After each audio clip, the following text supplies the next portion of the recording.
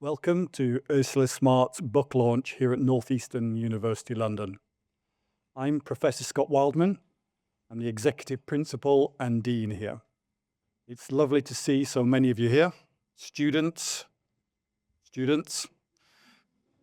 colleagues, and guests, especially in this very festive setting in St Katharine's Dock. So I hope you get a chance to walk around and have a look at the surrounding area.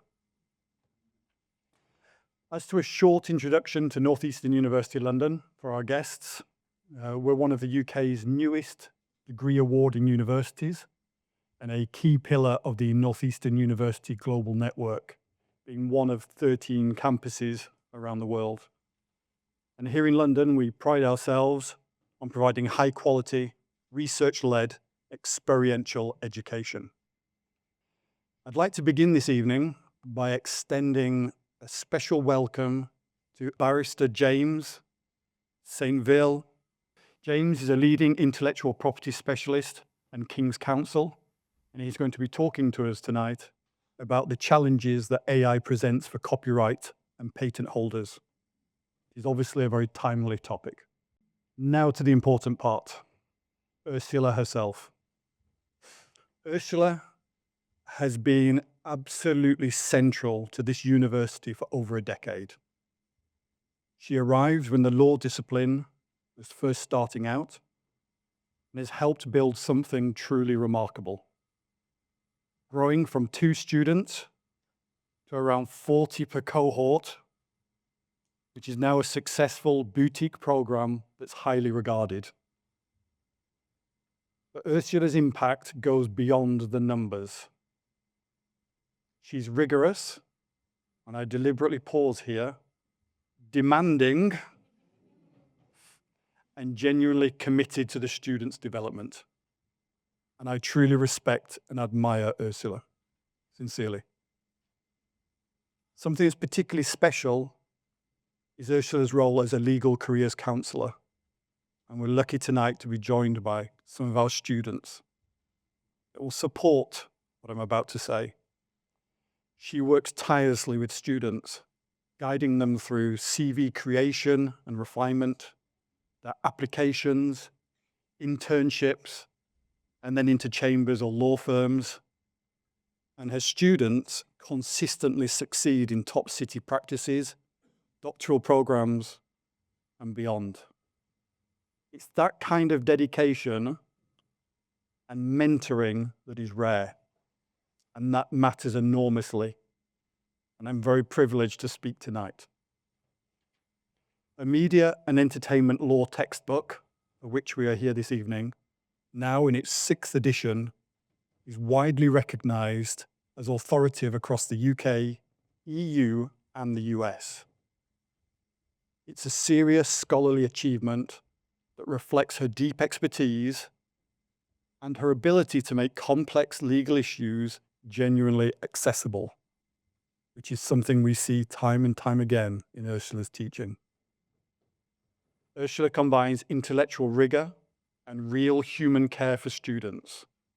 She's a remarkable educator and an invaluable colleague. I have the utmost respect for Ursula.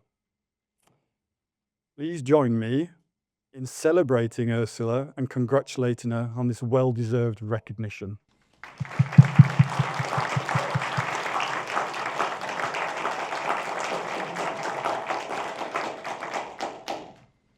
Consistent theme through my presentation here has been students.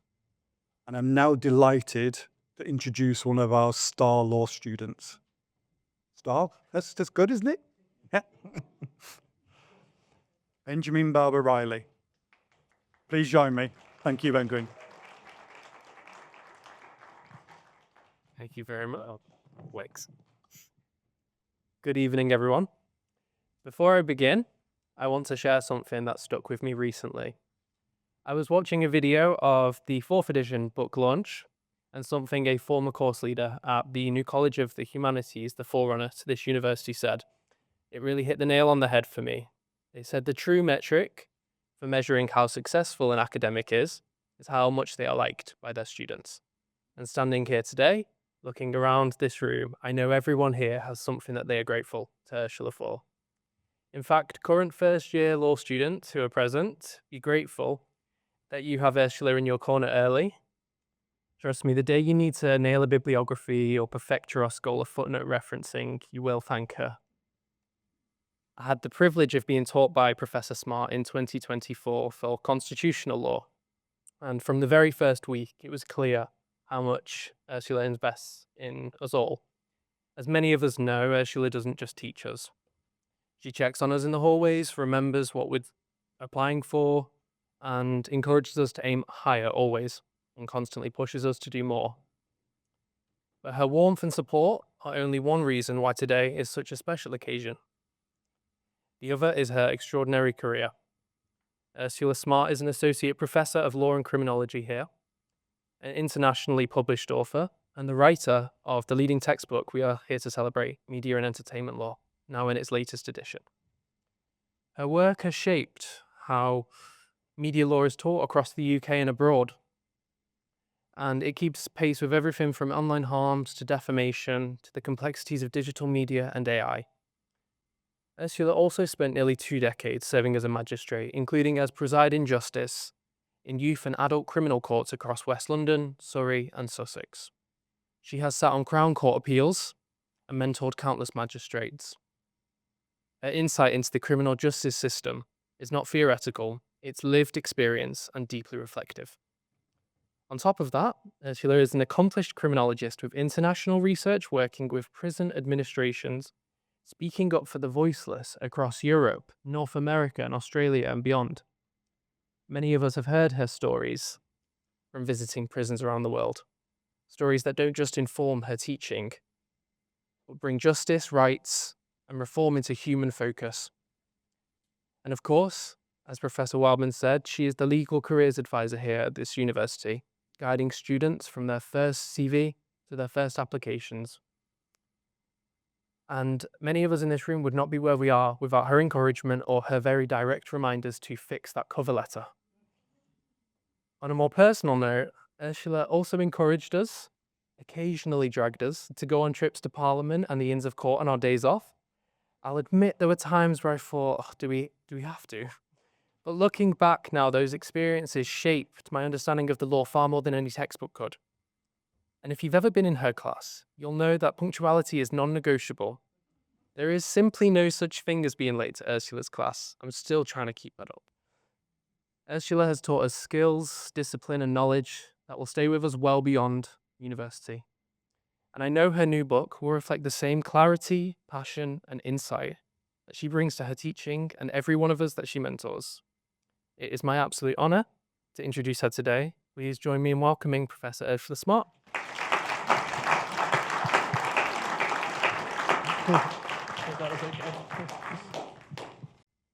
Well, it's been an extremely busy 3 years for the writing of the 6th edition of this Media and Entertainment Law book.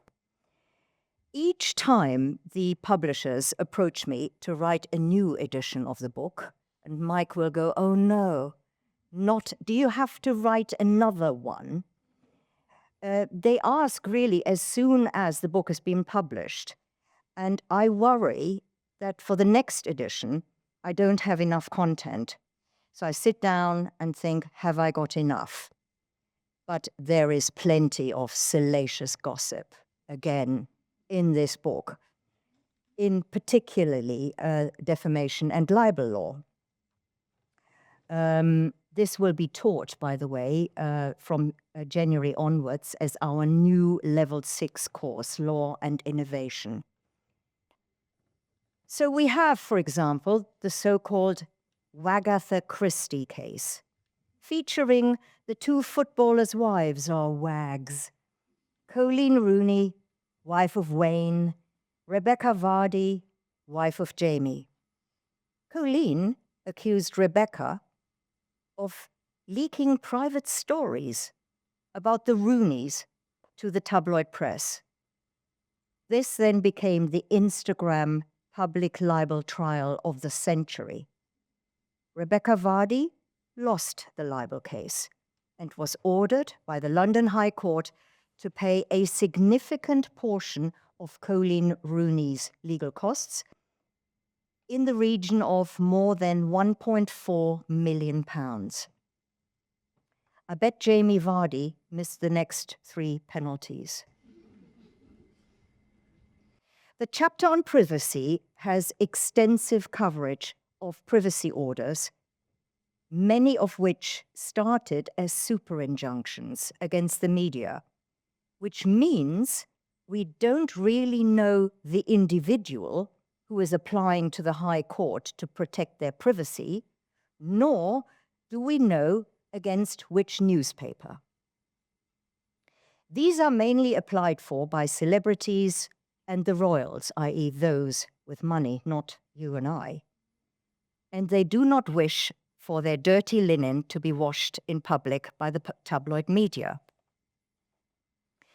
I write about several more open privacy actions by Prince Harry, reams and reams, a whole chapter on just the Duke of Sussex against various tabloid newspapers, alleging phone hacking when he was only a teenager.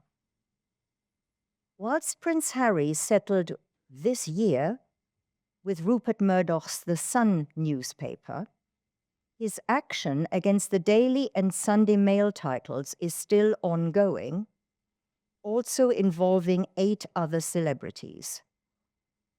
I found it really difficult tracking all these Prince Harry cases, and I actually had to create a spreadsheet of the various anonymity orders and disclosure orders, and the courts granting, at times, freedom of expression to the media. I also attended some of these court cases myself and am still attending the Prince Harry actions via High Court web links against the Mail. I have already touched on artificial intelligence 3 years ago in the 5th edition of this book.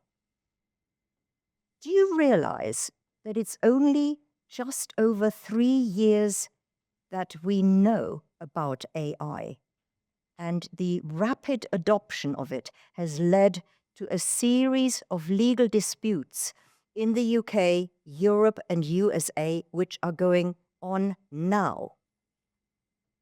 And the courts are being forced to grapple with whether AI models trained on copyrighted works constitute copyright infringement. I'm sure that King's Counsel James St Ville, our esteemed guest speaker, will tell us more about these AI actions and intellectual property law. The actions vary greatly between the United States, for example, and the United Kingdom in recent case law. 3 years ago, did we know who Claude was? Did we know what ChatGPT actually does? And did we know what Gemini can actually do? These are artificial intelligence tools based on large language models, or LLMs, which now provide us with useful tools to compose songs in the style of Paul McCartney, in the case of Anthropic's Claude. They help us write, for example, 500 multiple choice questions in law assessments in about 30 seconds, and also provide us with hopefully accurate information about an Ursula Smartt who actually has not engaged in any social media at all, much to the frustration of my law students. In the 6th edition of this book, I write about deepfakes and how the current law within any jurisdiction cannot protect AI-generated pornographic images of, for example, Taylor Swift on X, which rapidly spread on the platform in January 2024. One image alone of the pornographic Taylor Swift, the famous singer-songwriter, just in case you don't know who she is, racked up 47 million views on day one. I write about 14-year-old Miriam Al-Adib from a small town in southern Spain who opened her phone in February 2024 to show an explicit image of herself. It was a deepfake, one of dozens of nude images of schoolgirls in that small town, generated by AI and circulated on a WhatsApp group set up by the other schoolchildren. Spanish state prosecutors could not charge anyone since it was impossible to identify any wrongdoers. Some of you might be watching the BBC TV drama Wild Cherry at the moment, which deals with this very topic in a community in Surrey, not very far from where Mike and I live. I encourage you to watch it. Wild Cherry, iPlayer. I write extensively about the Online Safety Act 2023, which took 3 years and 2 different governments to become law earlier this year. Exactly as long ago as the 5th edition of the last book. The Act, the Online Safety Act 2023, is an extremely complex piece of legislation. For example, it has made trolling a criminal offense. Note all criminal law teachers here. That is using a false identity on social media and bombarding individuals with offensive or inflammatory hate speech comments. The Act has not really been tested enough to ensure that young girls like Molly Russell no longer view online footage, how to commit suicide, or for young boys to watch pornography, which leads them to believe that asphyxiation during sexual intercourse is the norm.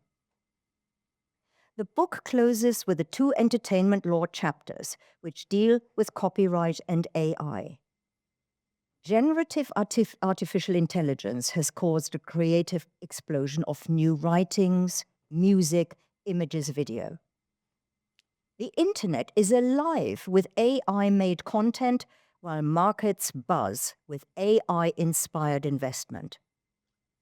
OpenAI, which makes perhaps the most advanced generative AI model, ChatGPT, is now valued at nearly $90 billion. Microsoft, its partner, has become the world's most valuable company, with a market capitalization of $3.1 trillion.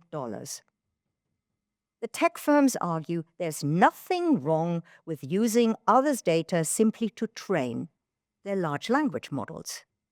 They argue that absorbing copyrighted works and then creating original ones is, after all, what humans do.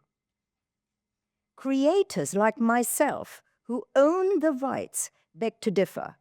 We authors argue that AI's hoovering up our books, songs, poems, and photos amounts to an infringement of our copyrighted works.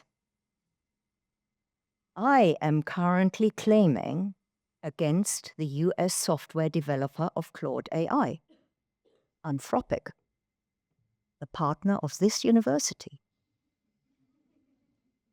for having used the first 4 editions of my media and entertainment law books to feed its large language model beast.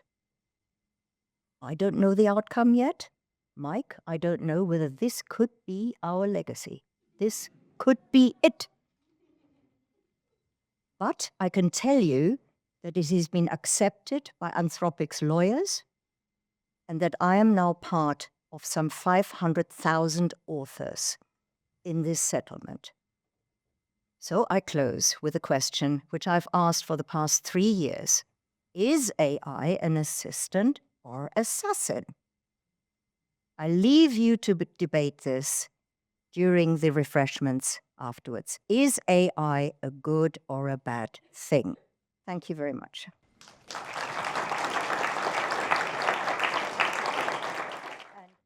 Good evening, ladies and gentlemen. Thank you so much for being here with us tonight. We often think of someone as either being a word person or a numbers person. Our speaker today, James St Ville, King's Counsel, is the rare exception who has mastered both. Mr. St Ville's legal expertise lies in intellectual property law. That is, patents, design, copyrights, and trademarks.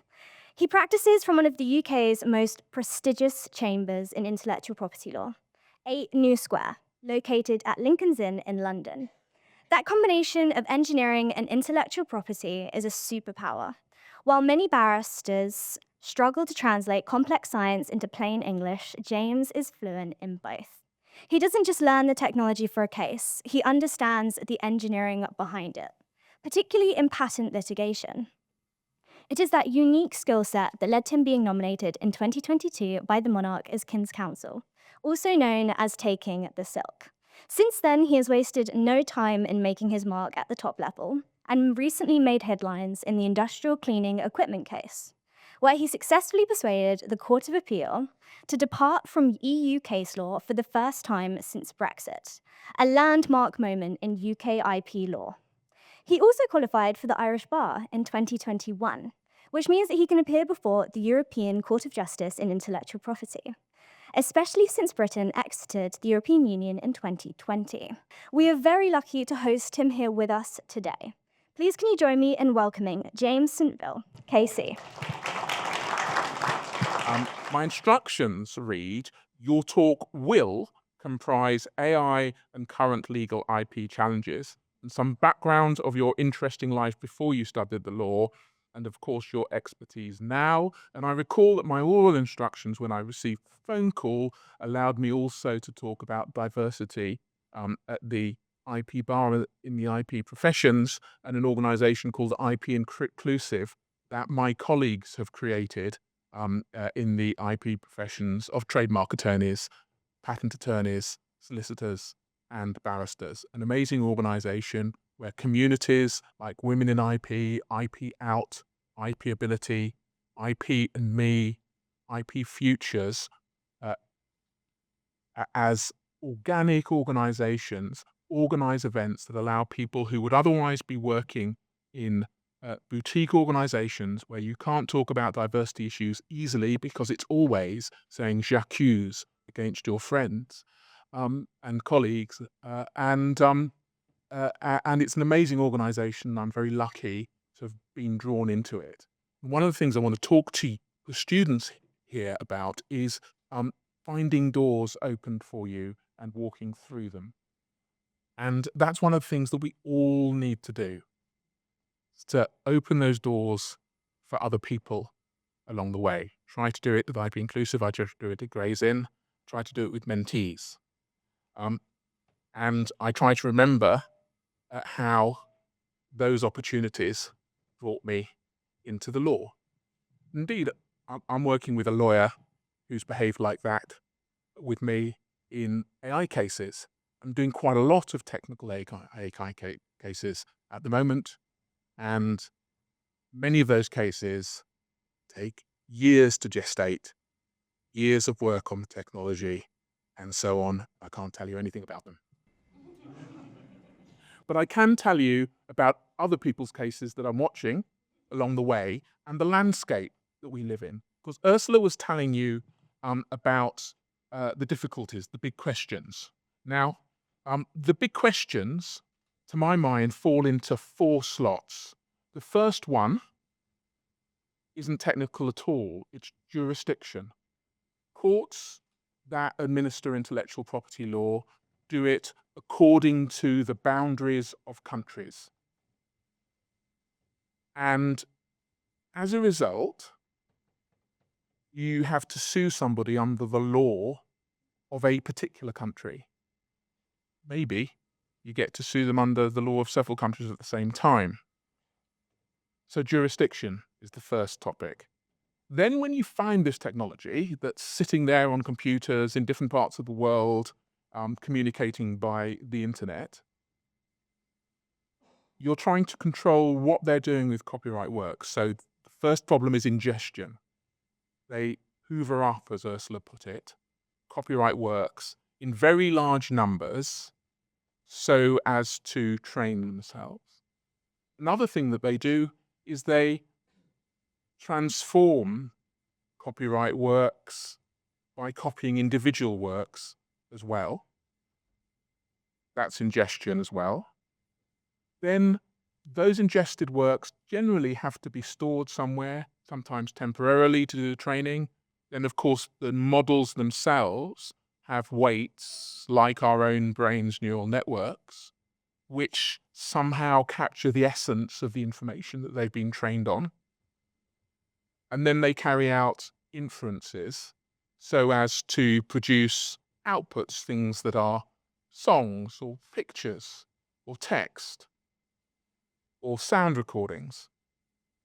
So you have the question of whether the AI model is memorizing some of what it's been trained on, and question of whether the outputs infringe, for instance, copyright or other rights. And in relation to each of those, you're asking yourself the question, well, has there been derivation of some form of copy? And does that copy reproduce a substantial part of the artistic work in question, or the musical work in question, or the sound recording in question? And those questions are quite fundamental to IP law. You might say, well, it's very easy to answer them. We've had years and years of law, but in fact, our English law, for instance, is in flux because we've only recently accepted the reality that our law has been fundamentally changed by being a part of the European Union, and that where in the past you could infringe copyright by taking a substantial part of the skill and labor that went into a copyright work, you now have to have taken a substantial part of the expression of the intellectual creation of someone who has created a copyright work, if it's a work created by an author. But the European Court of Justice has told us, and in my view, this is part of English law as well. We can debate the Withdrawal Act and so on another occasion. The European Court of Justice has decided in a case called Pelham that a 2-second sample from a song by Kraftwerk called Metal auf Metal, used as a repeated sample in a rap song, took a substantial part of the original copyright work. So that's a 2-second sample repeated over and over again. Why? Because it was recognizable to the ear. So when you then try and think about, well, no, actually, that's not fair. It's because it's recognizable to the ear because it takes a substantial part in a qualitative sense of what copyright in sound recordings is designed to protect, which is the sound recording producer's investment in making sound recordings. Now, why do I talk about those ideas? Because those ideas of copying a substantial part of a copyright work become very important in these AI cases. But the landscape of the whole general law also matters. So in the UK, we're in a rather special position because we have our history of UK copyright law overlain by a history of EU copyright law, because our Copyright Designs and Patents Act operated to implement EU law and therefore is kept in place, in my view, by the Withdrawal Act as it's been amended by the retained EU Law Act. I like to call it, some people call it REULA. I don't think that helps. But we don't have a full commercial data mining exception. So in the EU, there's a general exception with limits or mining data in order to analyze it. And it's that's said to help AI companies lawfully gather up data for training AI models. In the US, they have a doctrine of fair use, which means that if you're doing something with copyright works which is transformative, maybe you have a defense of fair use, but not so in the UK. And so what you spend your time doing is following cases like Bart's and Anthropic, of which Ursula has joined the class in the settlement, which held that training on pirated copies of books and so on did amount to infringement, or was likely to amount to infringement of copyright in US law, because it wasn't capable of being fair use. Whereas in the UK, you watch, for instance, Getty Instability AI, where two of my colleagues in Chambers, Lindsay Lane and Jessie Bohill, acted for Getty. And be warned, when people tell you, it tells you that memorization can't be subject of litigation or successfully suing in the UK, that's wrong, because it wasn't a case that they had the facts to pursue in Getty. They were trying to pursue a much harder case, that something that was trained out of the country or making infringing copies along the way, generating something that didn't necessarily have a copy in it, was nonetheless an infringing copy because of the way our statute works. And then you have GEMA, the German Collecting Society, and OpenAI in the Munich Ländergericht, the German district court, which held that you did have memorization of song lyrics in OpenAI's model, because you could prompt it to reproduce the lyrics of songs. And the way that that model was trained didn't fall within the requirements of the data mining exception.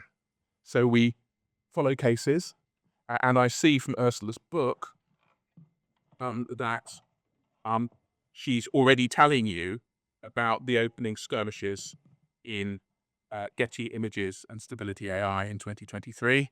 And no doubt in class, she'll be telling you to go away and read Joanna Smith's very comprehensive judgment.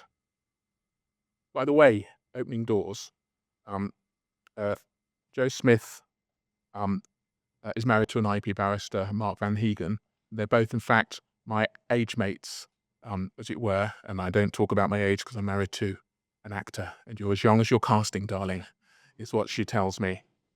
But I remember when I was a would-be pupil, and I found myself walking past their front door in a place called Malvern Terrace in Islington, and saw them in their front garden.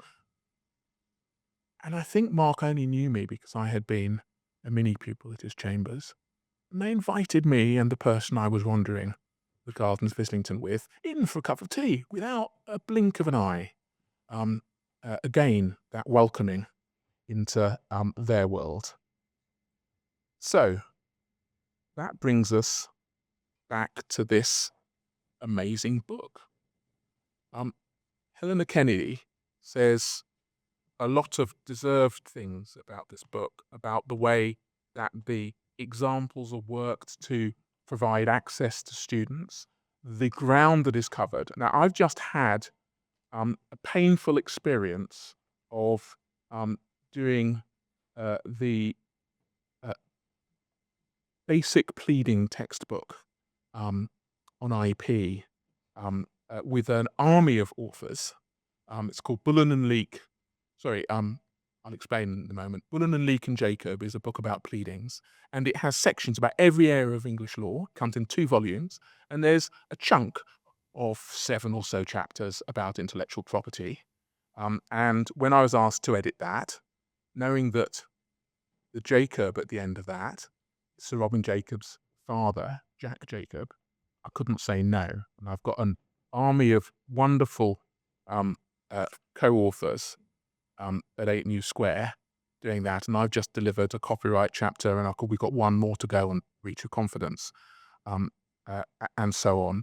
And it takes hours and hours and hours to days and days and days, actually, of your holiday, of your weekends, and so on, to go through all the cases, to work out how you're going to structure what you're going to say. And in that particular book, the thing is to keep it as short as possible and only include the most important things. Now, that's covering an area that is one chapter of Ursula's book, from pages 527 to 597. And Ursula covers all those 8 other areas of work as well, from privacy, through defamation, through reporting legal proceedings, contempt of court, super injunctions, and so on, through to entertainment law. And she does it on her own, with Mike's support and the family around her.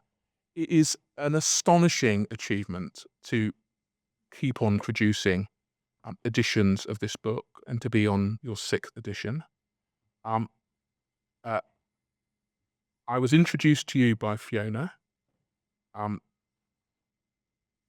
You very kindly asked me to come and speak here, and you immediately, with your colleagues and your student ambassadors, made me welcome. You opened another door for me, which I have enjoyed walking through, and I can only commend to you all this wonderful, effective book. And I'm going to be reading the vignettes and reading the papers that Ursula tells me I should read, and I really hope you will too.